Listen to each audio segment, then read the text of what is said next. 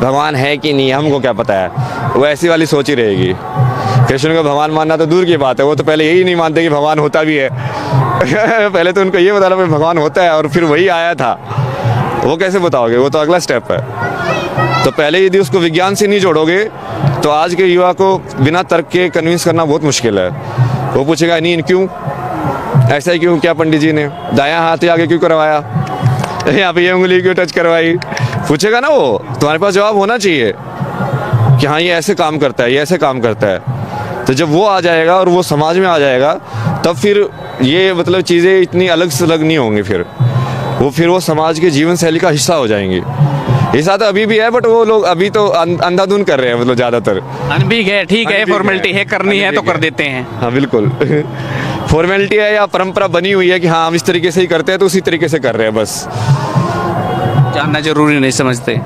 तरीके को जानना भी समझना पड़ेगा ना, नहीं तो होता क्या है ना कि जैसे जैसे उसका वो लिंक कट हो जाता है ना विज्ञान से, तो वैसे वैसे तुमको फेथ ज़्यादा ज़रूरी है, फिर अंधविश्वास ज़्यादा ज़रूरी है कि मैं अपने बच्चे को बोलूँ कि देखिए ऐसे ही है, तू बस कर दे, तुझे जानने की ज़रूरत नहीं है। अब उसको तो बहुत विश्वास होना पड़ेगा तुम्हारे ऊपर ये करने के लिए। अब लेकिन वो विश्वास तो नेगेटिव में भी जा सकता है, जैसे किसी किसी धर्म में या उसमें वो नेगेटिव में भी चला जाता है ना। अब वहाँ पे ऐसे लिखा हुआ है कि हाँ भाई तुमको कोई पाप लगेगा ही नहीं, कर्म होता ही नहीं है कुछ भी, तुम कुछ भी करो, तो वो उसके हिसाब से उन्होंने विश्वास कर लिया, वो कुछ भी करते हैं। फिर कर्म का जो सिद्धांत है, वही जो मूल सिद्धांत है, वो जितने भी भारत के धर्म में सबके अंदर है, जैन के अंदर, बुद्धिज़्म के अंदर, सिखिज़्म के अंदर, हिंदुज़्म के अंदर, जो कि कर्म के सिद्धांत के बिना प्रकृति को समझना नामुमकिन है।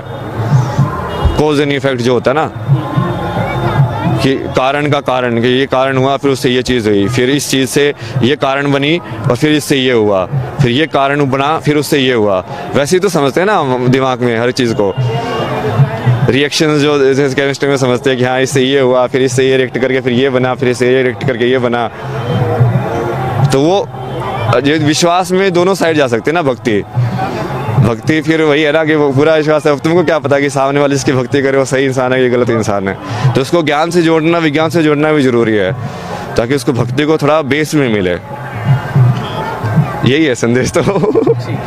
तो ये अभय सिंह थे, जो झज्जर, हरियाणा के झज्जर से निकलकर मुंबई IIT और वहाँ से कनाडा तक का सफ़र करने के बाद अब महाकुंभ में हैं। और वो लाइफस्टाइल जो 3 लाख के पैकेज में कनाडा तक रहे, मुंबई IIT की, उसके बाद अब ये इस जगत में आ चुके हैं, इस वेशभूषा में आ चुके हैं और तलाश में हैं, सच की तलाश में हैं।